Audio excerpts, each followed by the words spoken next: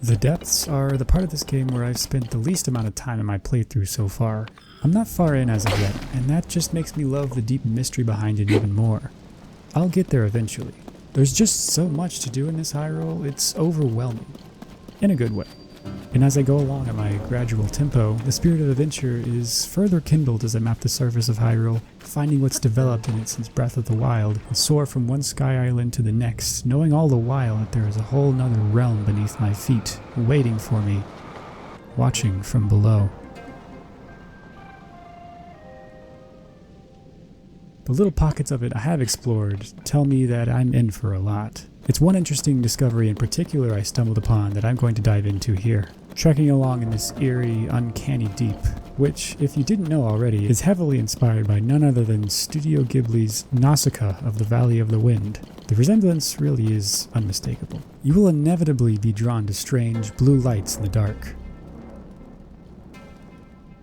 As you inch closer off the beaten path for a better look, you will soon find these are not Poes, though they do share the same color, which is a tone that is directly tied to spirits throughout the franchise. No, you'll discover these lights are but the silhouette over a dark shape that strikes as something familiar, and the longer you give yourself to think about it, unsettling.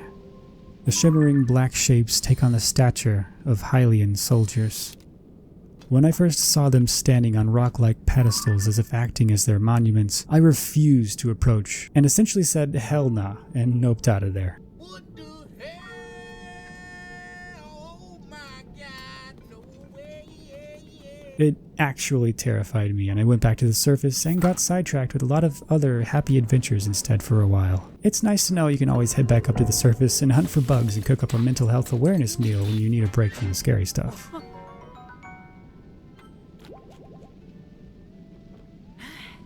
I had expected that if I got too close to these spirits, they would attack me, and my heart was not prepared for that.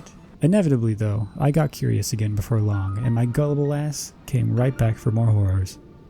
This time around, I got close, gingerly, expecting some form of jump scare, but the realization I was met with made my eyes soften. The spirits twisted and corrupted to serve Ganondorf's evil bidding, and death that I was expecting turned out to be the opposite. They remained still upon approach, stoic, even inviting, and their proffered hands hold gifts for the hero with heads bowed in reverent respect, or perhaps in an earnest plea for a favor in return. They are a soldier's most essential tool, their weapons. The weapons they give you are a cut above the rest, as all metal weapons anywhere else have been weakened by gloom, a strategic move in Ganondorf's plan. When you add these weapons to the Hyrule Compendium, it's the journal entry that's made for them that got me thinking. Each of these special weapons have their own entry, but each includes a sentence they all share. A weapon brandished by soldiers who once protected Hyrule Castle.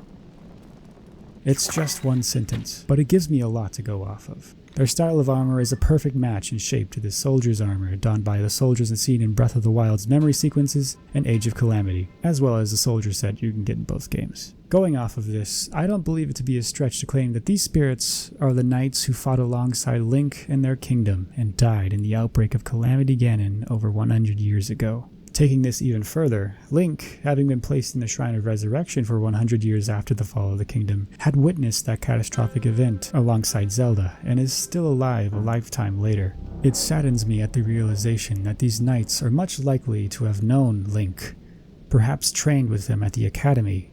Some of these people may have even been his friends. It really puts this tragic spin into perspective when you see how Link, Zelda, Pura, Robbie, Impa, and others have defied the odds and lived so long past the time they should have, to the point where they stumble across ancient spirits whose unseen faces have faded away into legend, and could very well be people they had known before everything collapsed so long ago. Beyond the PG Nintendo facade filtered over it all, I can't help but know deep down that this must weigh on all their minds greatly. In this specific case, for Link especially. But that observation also proves to show the grit and determination of the hero and his team to weather this long, horrific time full of tragedy and devastation, to make things right for those lost so long ago.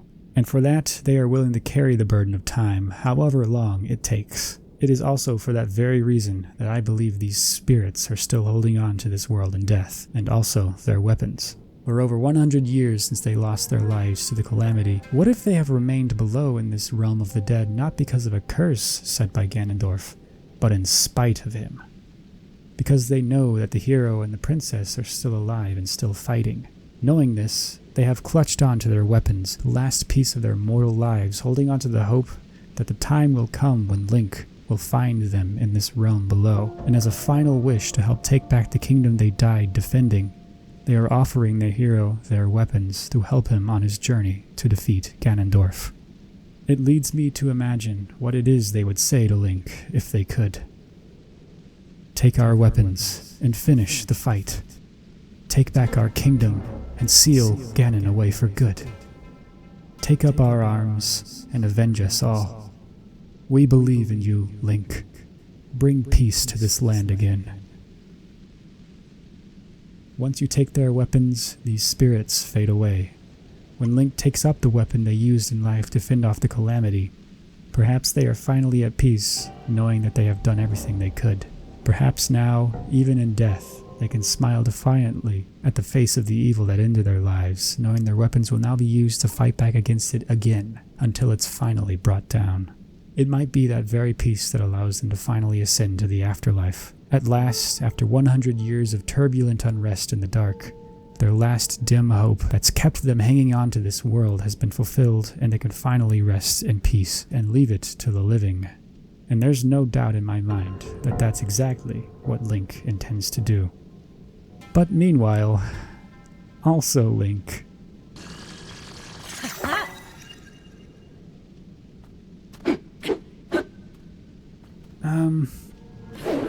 He still means well. I brought all this up with my brother, and he told me that they also return every blood moon, which does complicate things. It makes sense from a gameplay loop perspective. Restocking weapons is a core mechanic of the game that the blood moon serves. If these spirits didn't re-emerge, then Link would run out of these higher tier weapons.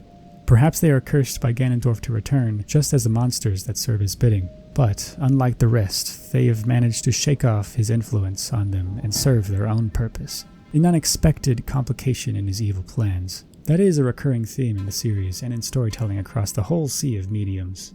Or, just as likely to me, perhaps these spirits are different ones entirely that take the former's place. To me, either explanation is valid, but this is something that will likely never get audible confirmation from Aonuma and his team. I mean, why wouldn't they want to leave it a mystery?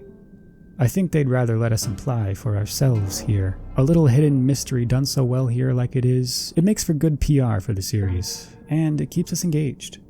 The Zelda series has never been a stranger to these dark themes, and Breath of the Wild and Tears of the Kingdom are no exception. It's because of the personal discoveries like these that the game doesn't tell you, that leaves it to you to find on your own, that I believe that this iteration of Zelda is the best yet. This is wonderful world building. Beyond the cel-shaded smiles, charismatic characters, goofy enemies, and beautiful scenery, there has always been a grim undertone, one you will stumble upon often as you explore, and it always reminds you why you are here, why Link and his team are here. Though they were the focus of this video, it's not just the spirits of these soldiers that are counting on Link. There are so many more hopes resting on his shoulders. Like here we go. Smile. Click, snap.